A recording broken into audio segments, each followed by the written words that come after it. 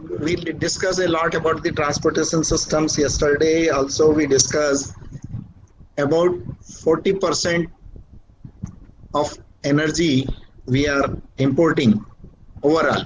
But if we talk in terms of transportation system fuels, we are 85% dependent on import. And this crisis, which we are discussing, is twinfold. One, these fossil resources for which we are heavily dependent presently are having limited stocks. On the other side, they are affecting the human health because of exhaust air pollution from transportation systems. A lot of diseases are occurring, and we have to spare a lot of infrastructure. Overall, we are losing a lot of human lives. So, particularly, we will be discussing about transportation systems. So, in this, we will discuss about what are the various energy sources for the transportation systems. Then we will be talking about what are the limitations for these fossil energy sources. Then non-conventional sources. Then there are the alternate fuels, which are also again traditional LPG, CNG, and hydrogen. Then we have biofuels, which are renewable, which are sustainable, and which help in energy security all over the world for different countries, and that also encourages the local economy. There are certain technical issues in implementation of these biofuels, and then there are certain policy issues, government level. In morning auto fuel policy, we have discussion with Professor Alam Das, and in this we have discussed what are the various difficulties comes, and even a government frame very good policy. Until and unless people, all stakeholders do not cooperate, then that policy will not result into expected results. Then yesterday in Professor Subramanian's this lecture also we discussed about possibility of electric, solar or fuel cell vehicles that are very, very environment friendly. But from availability of the energy for their propulsion, and there are certain cost issues which are associated, which will affect the fuel cell and electric and all these vehicles. Then there are certain innovative ideas, but they are very limited. They are having a lot of issues related to their potential in providing the transportation, that is compressed air or liquid nitrogen. And then we will be concluding our talk. So as we know, with the evolution of human life, Manushya Mahabali Kaise Bana, this I think one Russian very famous book, which we have, most of you might have also studied about the existence and development of human life. So from monkey to human journey, which we have started, and at the initial phase, we have been living near the ponds, near the rivers, near the caves, so as to fulfill our demand for food, demand for shelter.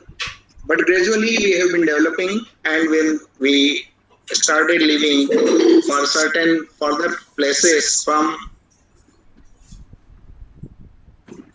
these rivers and ponds, we developed some bastis, cities, urban villages, and then came the requirement for transportation. So initial first requirement is fulfilled by human walking, and that also today also many short distance applications we cover through our walking mode, and this is much more environment friendly. This makes us healthier as well, but it has a certain limitations in terms of time, in terms of capacity.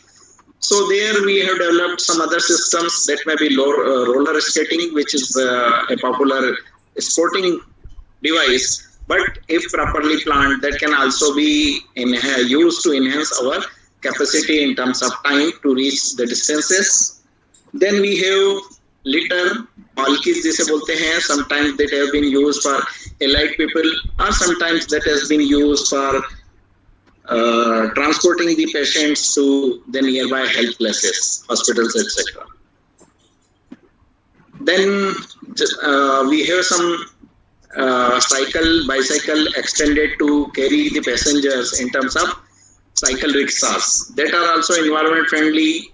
Little bit increase in the capacity of a particular human being through some sort of mechanization, but in terms of time, in terms of capacity also, again there were a number of restrictions. So this is the cycling that also improves the health of a person and also user friendly, environment friendly, but again very limited in terms of time and in terms of capacity. So what should be the solution? Our requirement is very complex. On one way, we want the modern comfort, we want high capacity, and another way, we want minimum damage to the environmental system. So it is this sort of hybrid system that may be the objective or that may be the optimum design, but how we will convert it into reality and incorporating both capacity and time into application. For that, we have developed the motor vehicles, and morning also, Professor Das lecture, we have discussed.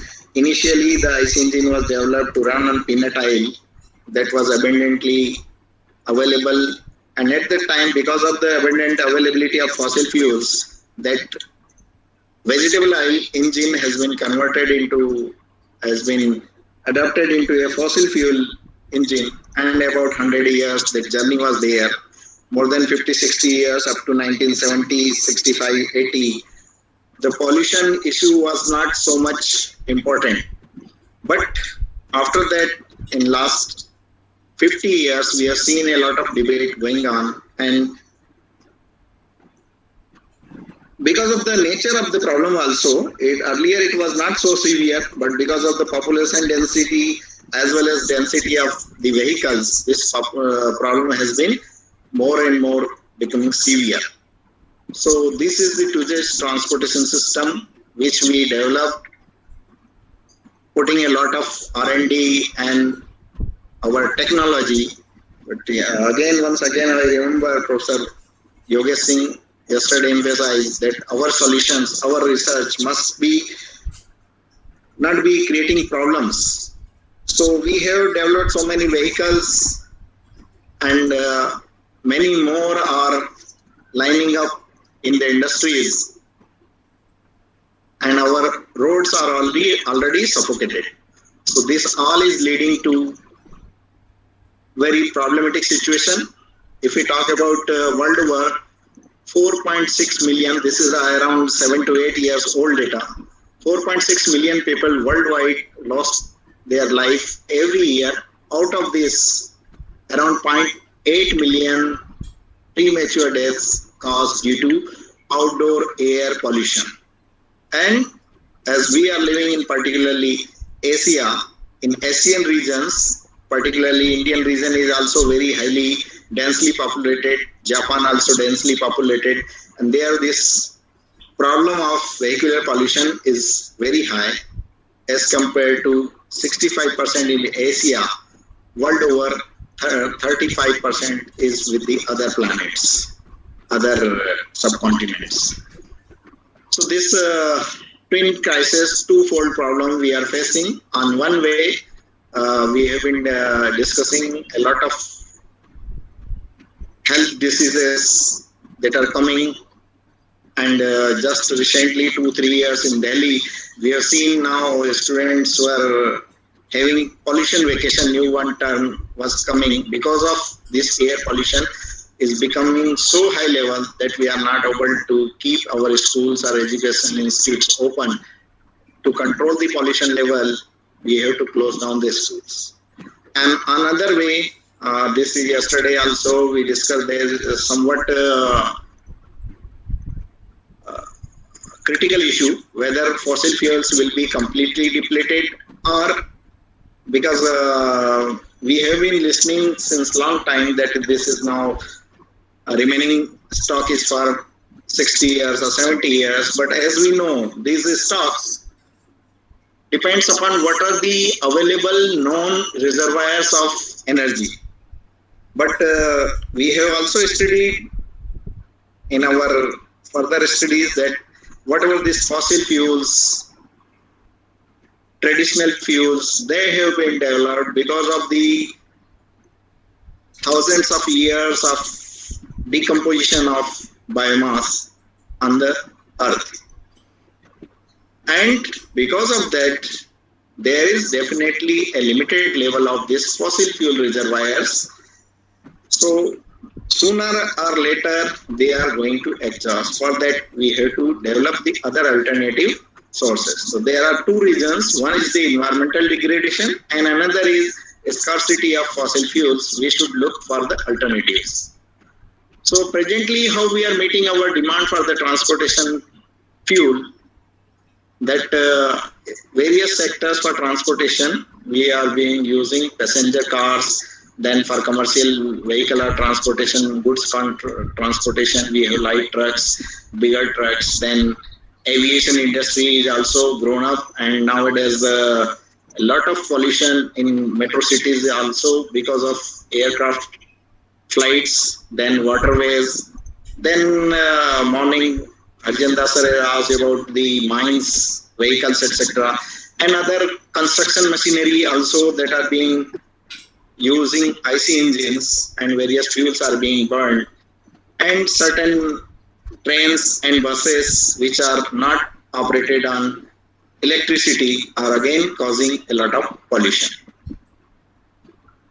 So this pollution, what is the basis behind this pollution? Is this we are burning these fossil fuels, that may be coal. For mostly power generation purposes, we use then oil, gasoline, diesel, natural gas. For the transportation engines, we are using. We are burning them to get the power, but while burning, we get a lot of volatile organic compounds, nitrous and nitric oxides, then various sulfur oxides, carbon dioxide, carbon monoxide, unburnt methane, nitric oxide, and particulate matter. And all these pollutants, sometimes directly affecting the human health, sometimes they are causing climate change, that is global warming, smog, acid rain because of these SOx and NOx, and particulate matter is causing respiratory problems. So this rising exhaust from automobile is causing a lot of trouble. Then what is the awakening call? When did we started considering this? So that was in 1992-93 at Kyoto. World over, various scientists, various persons working in transportation industry and other energy sector got together and they have made a Kyoto Protocol. There we have decided that sometimes one person becomes very fat and at once upon a time he realizes now my weight is having over. So I have to go for some dieting control, I have to go for some exercise, etc.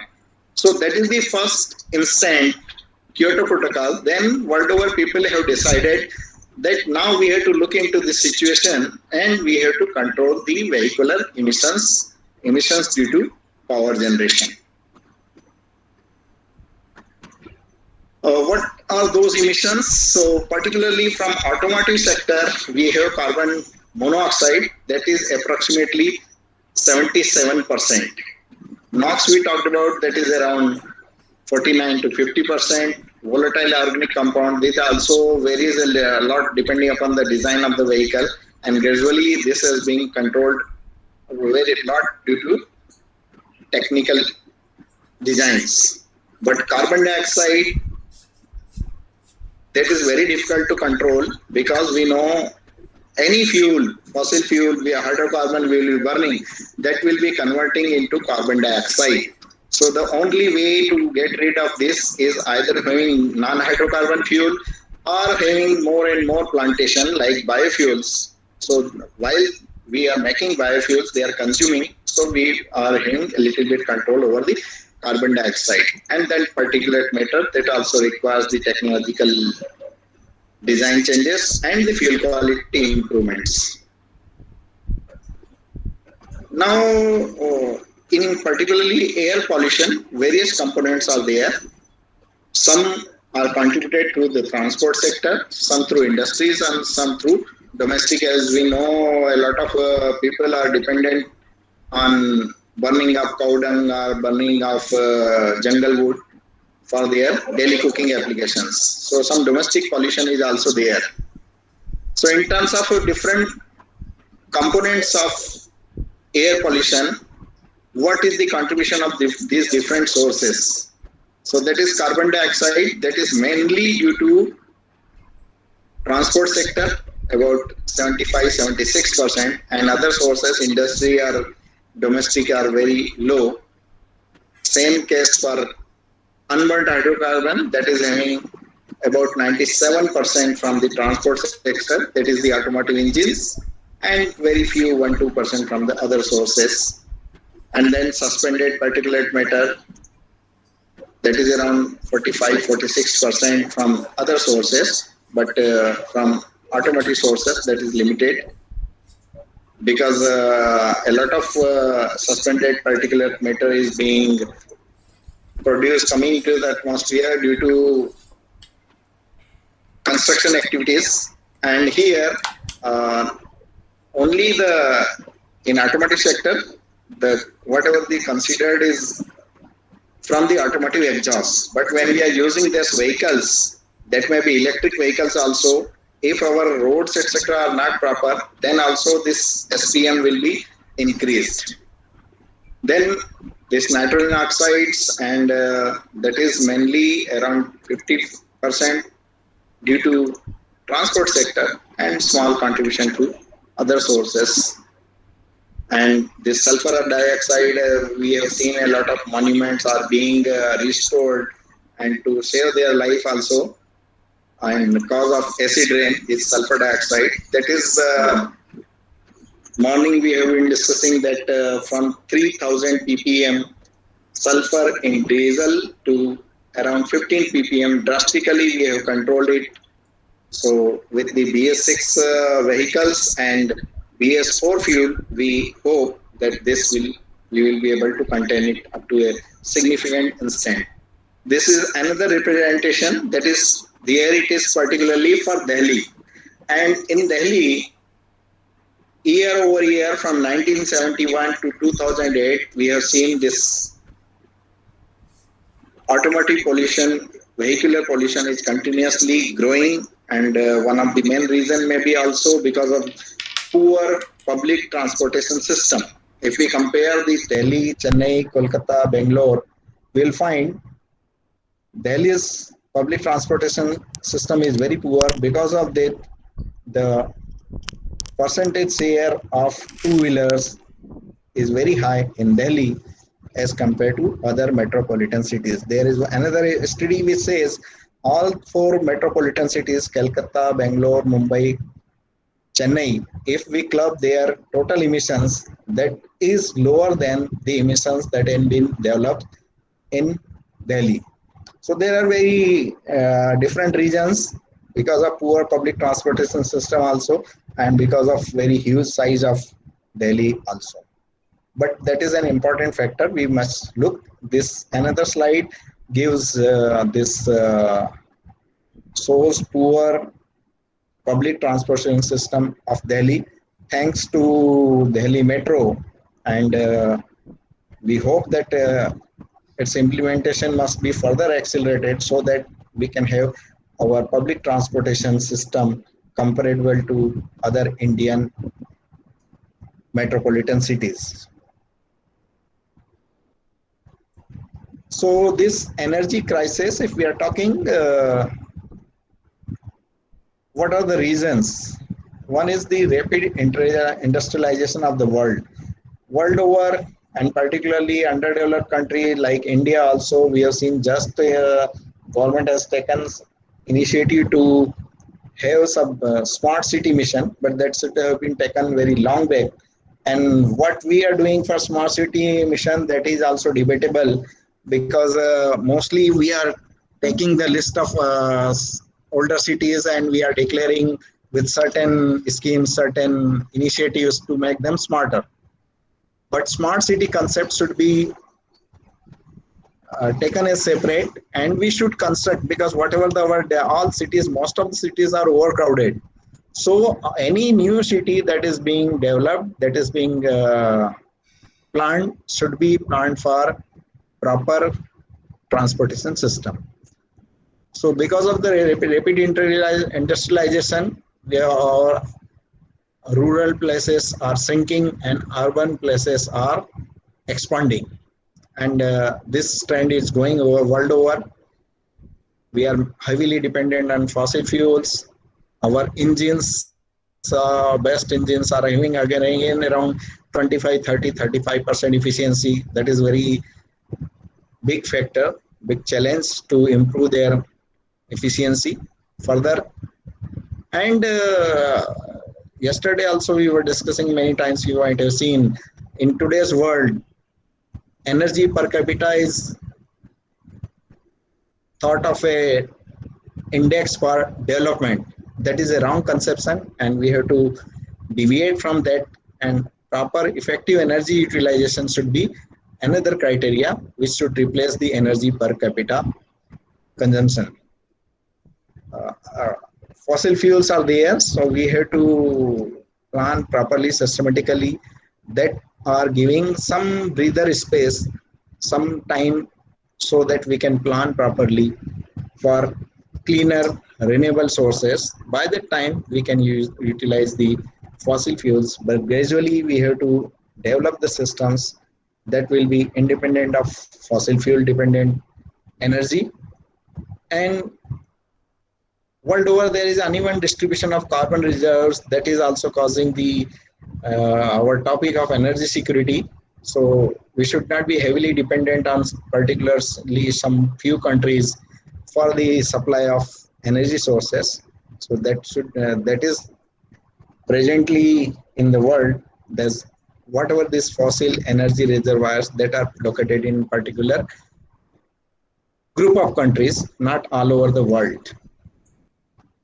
And this is somewhat the discovery of energy reservoirs, billion tons, that is available. And as morning we have been discussing, some participant has asked to Professor Subhanima also, there's we are getting different estimates that, like our oil reservoirs in this study is supposed to finish at 2051. Our gas reservoirs are supposed to finish at 2060, 56, 58. Our coal, though coal is a highly polluting source of energy, but that may last up to 2081. With the coal plants, we have facility, you can generate that power at one area, remote areas, and you can transport it to different cities so as to run your electric vehicles, etc., that are cleaner. But anywhere, that is redistribution of the pollution. So in rural areas or remote areas, if we are putting the thermal power plants and we are using that energy to use in electric vehicles, that will be again redistribution of pollution, and sooner or later that will make another issues, another problems in future. This is world over energy market share. So along with coal, which we discuss, may go up to 2060, 2040. This data are based on the different trends that are going on presently, and that may slightly fluctuate. But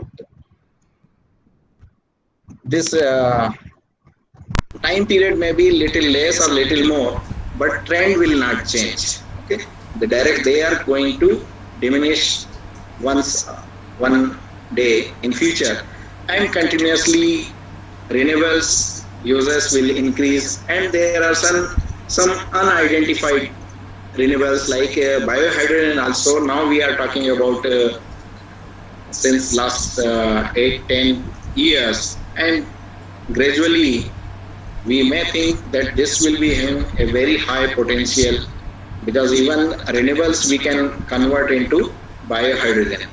So that's why Hydrogen is also said to be future fuel, provided we are going for green hydrogen.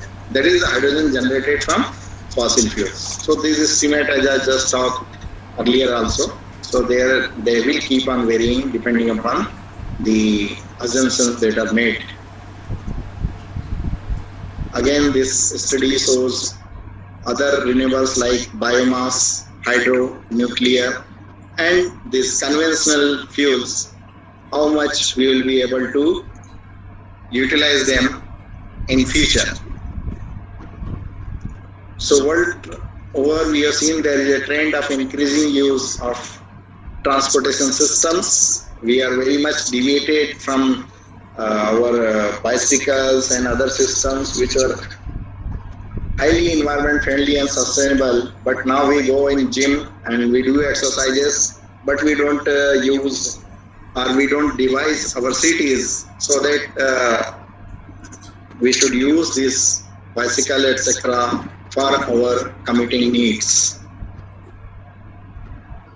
With a strong impact on oil demand is continuously increasing, and this fact is what is the prices. So million barrel per day production is keep on going, and its price most of the international unit is US dollar per barrel. So we will find during the Gulf crisis etc. because of the certain factors which fluctuate the prices, but most of the time this keep on continuously increasing, and that becomes a threat to the energy security of many of the nations, not only India.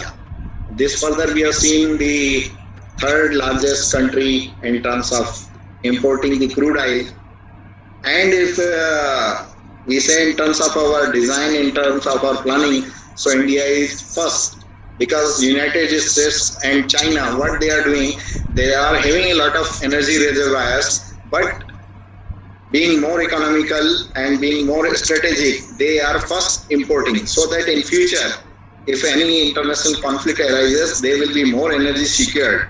But India is importing because we don't have other options. So if we really speaking, India is the first or the largest importer of oil. Then petroleum derived fuels actually exceeds the demand of any other fuel for energy reservoirs. This is data between 1980 to 2012. Around a gap of around 30 years, we see there is high growth in the demand in particularly Indian sector. Then this is the Indian oil production and consumption. This are the levels of our consumption level, and this is our production. So it is almost more than 3 times our consumption is there, and production is around 1/4 to 1/3 depending upon the different discoveries that are being made time to time. Now we talk about the emission issue. So what are the exhaust pollutants? So primary pollutants which we are seeing, which are emitted directly from the exhaust, which we talked about, CO, HC, NOx. But then there are the secondary that includes ozone, particulate matter, etc. And they are causing primary pollutants and secondary pollutants with the various atmospheric conditions also. These secondary pollutants are developed. So this all we discussed in morning, CO, CO2, that is due to any carbon fuel, hydrocarbon we are burning, we are bound to have CO, CO2. CO, morning also we discussed, it is one of the deadliest pollutant. Many of cases you might have seen, some people park their vehicle in some garage and they, for running AC etc., they kept their vehicle in operation mode, and because of this exhaust being accumulated, people died. Sometimes we get some reports that some people burning coal in room for heating purposes, and because of incomplete burning, overnight this carbon monoxide comes into the room, and this is having very peculiar characteristic that this carbon monoxide replaces oxygen from human blood, hemoglobin, and people don't get any notice. People don't get suffocated if they are kept in the atmosphere of carbon monoxide. So it is a silent killer. Without any indication, without any irritation, people get died.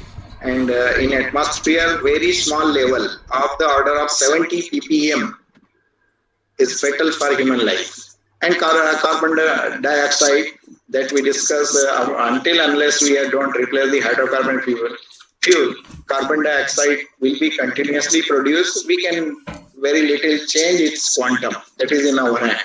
Then the nitrogen compounds, sulfur compounds, some other hydrocarbons that emitted unburned and that causes some cancerous problems also.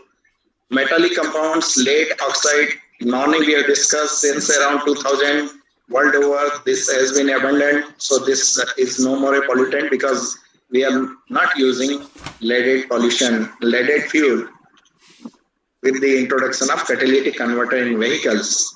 Because this leaded fuel, if it is being used, that causes the choking of the catalytic converters. So though lead is having a lot of anti-knock tendency and lubrication tendency, but because it poisons the catalytic converters, it has been banned for using in gasoline.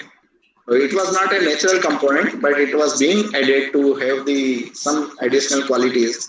But because of catalytic poisoning, it has been banned. Then morning also we have talked about various fine particulate size, 10 micron, 5 micron, and so on. So these are mainly contributed with CI engines, SI engines, both sort of IC engines are having. Depending upon pollutant to pollutant, this choice of engine varies. Hydrocarbons and carbon monoxide are lower in diesel engine because of its very high air-fuel ratio, but particulate emissions are very high in case of diesel engines because of the heavy molecular structure of diesel fuel. And there are certain evaporative and blow-by emissions which depends upon the engine design, which we are further trying to control through engine development. Then some of the hydrocarbon emissions are non-methane hydrocarbons are also being measured separately in terms of methane hydrocarbon. One of the important factor when we have been switched over to gaseous fuel, particularly CNG, but CNG is having very high global warming potential, GWP, as compared to carbon dioxide. So because of that, if methane unburnt is released to the atmosphere, that is more severe. So while measuring the emissions of the methane vehicle, we particularly measure what is the contribution of methane and non-methane. Non-methane are not as serious as methane hydrocarbons are there. Then parametric hydrocarbons, carboxyl compounds, benzene, morning we have discussed in fuel quality improvements. These are the closed chain aromatics and they are difficult to burn. So they causes more pollution. So while going for the fuel quality, morning we discussed from Euro 1, Bharat 1 to Bharat 4 up to right now we are having BS4 fuel. So they are greatly we have reduced benzene, that is the closed chain aromatic compound, and this took thousands and thousands crores of investment in the refineries, and that's why it has been implemented gradually. So earlier this fuel quality improvement program was implemented for metropolitan cities, and then it is being extended to other cities. So this is somewhat detailed. We are not going. Carbon monoxide, as I said, in SI engine is very high as compared to CI, because whenever we are operating fuel-rich conditions, this CO is generated because of the incomplete combustion. And for that, nowadays we have been going for CRDI or MPFI, that is electronically controlled designs through which we operate or through which we control the fuel in different operating conditions. So in BS6 also there is one very important feature is that we have to make compromise between the engine performance and the environment. So our main motto is to reduce the environmental pollution. If there is certain compromise with the engine power, that we don't bother. This is in detail about something what is the about carbon monoxide formation, that is somewhat related to IC engine combustion study. So we are not going in detail right now. Here is the mechanism of both CO, NOx and unburnt hydrocarbon formations. So this is we will discuss that what is that compromise we have to make in engine operation, that if we make the air fuel ratio variation to control the exhaust emissions, we will find this hydrocarbon. So up to slightly richer mixture, this hydrocarbon up 0.9 is lowest, whereas NOx is low at very rich mixture or very lean mixture. And carbon monoxide, as we also discussed, that is the deadliest pollutant, and that is minimum somewhere about a low to air fuel ratio to stoichiometric. So we have to optimize these. So for optimization of this, we have electronic fuel injection system. We fed all the parameters of various parts of the IC engine to control, and we maintain it slightly rich to slightly leaner fuel, 1.1 something, near about this range, so as to control the exhaust pollutants. Now, in addition to this, to optimize vehicle pollutions, it is very important to use this catalytic converters so that whatever is left out in the engine design, the remaining must be tapped in the exhaust. So, leaving the technologies, now we come to fuel component. How we can control these emissions through biofuels. So, biofuels having one important characteristic, that is they consist of biodiesel, ethanol, methane, methanol, biogas and landfill gas. All these are biofuels. They have liquid biofuels. They have one more advantage. They contain 10 to 13% of oxygen, so that improves their combustion efficiency. And we can have various systems for biomass conversion for using the wood residue, bagasse, rice husk, agro waste, animal manure. That also, yesterday we talked, Vice Chancellor sir also informed you that we have waste to energy plant, in which all the campus waste, organic waste is being separated, and that has been generated into biogas, which is being used for operating a generator. Though this is a demonstration project, so 100% we are not able to process the organic waste from the campus. But if we use 100%, then this contribution, this power developed may be further increase. If we take the case of Indore or Nagpur or Aurangabad, there are some places where a lot of waste to energy plants have been installed, and they are processing the organic waste for generation of biomethane.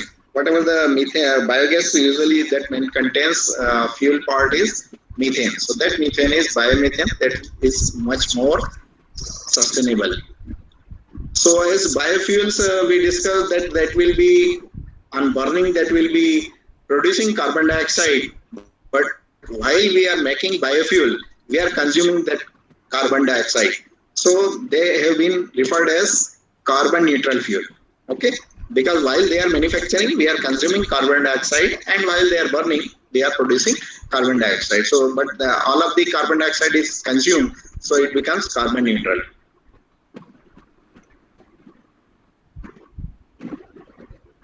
So there are certain advantages because of its oxygen content and because of its slightly higher viscosity. Some fuel properties of biodiesel are more, biofuels is more engine friendly. So with this, in case of biofuels, we have a concept, a terminology of generation. Similar in computers, we have first generation computer, second generation computer also. So in case of biofuels, first generation biofuels are produced from edible sources like sugar, starch, vegetable oil, animal fats. Second generation biofuels are produced from non-food crops, wheat, straw, corn, etc. Nowadays, we are having, because we are talking about food versus fuel, we are having the limited land availability. So because of that, even non-edible oil crop also we cannot go for the mass production, mass growing. So we are trying to utilize the other part of the earth, that is the water bodies. So that we know as one fourth of the part is earth, and remaining is water bodies. So we have third generation, that is the algae fuel, and that is having no limitation of land availability. But we have to develop the how we can produce this algae on water bodies without affecting the marine life. That is also important criteria. And we have one more development nowadays, that is known as fourth generation biofuels, that involves biogasoline or biodiesel by using highly advanced technologies that are known as hydrated biodiesel. And biofuels also are somewhat solution for getting the time until unless we switch over to other fuel sources, other energy sources, that may be solar, that may be nuclear, or that may be further increment in the hydel power generation. That is cleaner energy generation systems, non-combustion based. So we have a lot of potential for electrical systems. A lot of R&D has been gone. The efficiency of electric vehicles is highly phenomenal, and they don't produce any emission at all. So these are the electric vehicles development. And even further, for electric vehicles, we have some issues related to storage of hydrogen or production of hydrogen. So as one more concept is there, blue hydrogen or green hydrogen.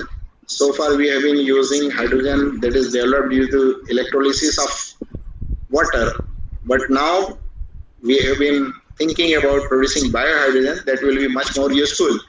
And not only biohydrogen, if we are using for IC engine use, again because of the complexity, because of the design constraints of IC engines, if we are combusting something, then there are so many thermal losses that are bound to occur. But if we use in fuel cell, the efficiency will be more than twofold that of IC engines. So ultimate solution will be we are using hydrogen in case of fuel cell systems. Then there are certain developments in solar powered systems, solar energy generation system. But we know there are certain restrictions that is not available around the year 365 24/7. Availability of solar power is there, and high initial cost is also, that is also with the fuel cell. So there are some other concepts like there may be compressed air car or nitrogen car. Liquid nitrogen, we know recently we stage of oxygen, and then we come to know that that much amount of oxygen is being generated for industrial or medical purposes. But wherever we are generating any oxygen, concentrated oxygen, it's 4 times nitrogen at very cryogenic temperature is being generated. So usually we have to release it to the atmosphere. So that energy can be used similar to the compressed air. In place of batteries, we can use compressed air cylinders for operation of the vehicles. So that will save us from the remainings of the battery components once it is exhausted, because when we blindly if we switch over to the electrical battery based systems, then in future we will be facing the problem of battery discarded batteries. So there are certain technological changes which many people are working, and we are trying to find out how we can uh, replace the batteries with the fuel cell, or how we can produce the hydrogen or CNG with biological sources. So how we can control this exhaust emissions, that is not possible with one single means. So a lot of systems like clean and eco-friendly fuels are needed. Then exhaust treatment devices are needed after the combustion. To force the people to follow the policies, we should have stringent emission standards, because morning we discussed, we frame the policies, but whether people are adopting, sticking to it or not, so that should also be kept into mind. We have seen so many transportation planning is required. That may be smart cities, that may be proper designing of flyovers or underpass or railway crossings. Morning also very important discussion we have kept, that many people don't stop their vehicle engine in at the traffic red lights. So if you are operating that vehicle, you know that during running less pollution is developed, but when the vehicle is standing idle, it produces more emissions. And particularly for this new design, that is smart hybrid vehicle is coming, in which whenever you don't press accelerator, you don't require that, the vehicle should be running on battery, and whenever you are using little bit access, it will be using the IC engine. So that way that helps in this red light exhaust pollutions. Then we need further transportation system like metro, like high capacity buses, like a specific corridor buses. We had in Delhi also a specific corridor was made for bus transportation system. So that was reducing the emissions, but that was not properly planned. So that was creating more hurdles. In newer cities, smart cities, if it is properly planned, that may lead to the emissions in the vehicle exhaust emissions. Then we have to, as far as possible, make the congestion-free roads wherever the railways or flyovers should be planned, so that vehicle are not standing idle at the railway crossings, etc. Vehicle technology, as we discussed about evaporative emissions, etc., can be controlled with the proper design. Combustion system can be designed more better. So that is the advanced vehicle technology. And at the same time, fuel also, as we have seen, we have moved from 3000 ppm sulfur diesel to 15 ppms, and removing the quantity of benzene in gasoline engines. Similarly, so this is a continuous process, and our target is zero emissions. Okay, so gradually controlling all these factors, we can reach up to very close to the target of our sustainable transportation system. So these are again some policy based issues. So while policing are being framed, the proper expert opinions should also be taken care. Though politicians cannot be blamed, but even technologies are different, they must have the proper advisors for using the technology. That the responsibility lies with the policymakers. Whatever the various subsidies, etc., should be given to the greener systems. That should be there. More and more mass transportation system must be developed. More and more subways to decongest our roads. And people also, when we find many people, they are going on the same route. Many times in campuses, we people are living. Some places we are living we may have fixed timing, but still we prefer to having a personal vehicle. In place of that, if we are sharing a car, like we send our kids in school buses, similarly, if we share public transport, not using the public transportation, but pool transportation system, that may also reduce the quantum of emissions. So humankind is on threshold of an opportunity to cultivate petroplants and produce oil for its growing need. Energy farming along biodiesel routes will provide biomass, another clean alternative to fossil fuels. So I will end this presentation with Swami Yukteswar Giri's quote: "So long as you breathe the free air of earth, you are under obligation to render grateful service." So this earth is being loaned to us, and we have to preserve it for our ancestors. We have ancestors have given us, and we have to preserve it for our next generations.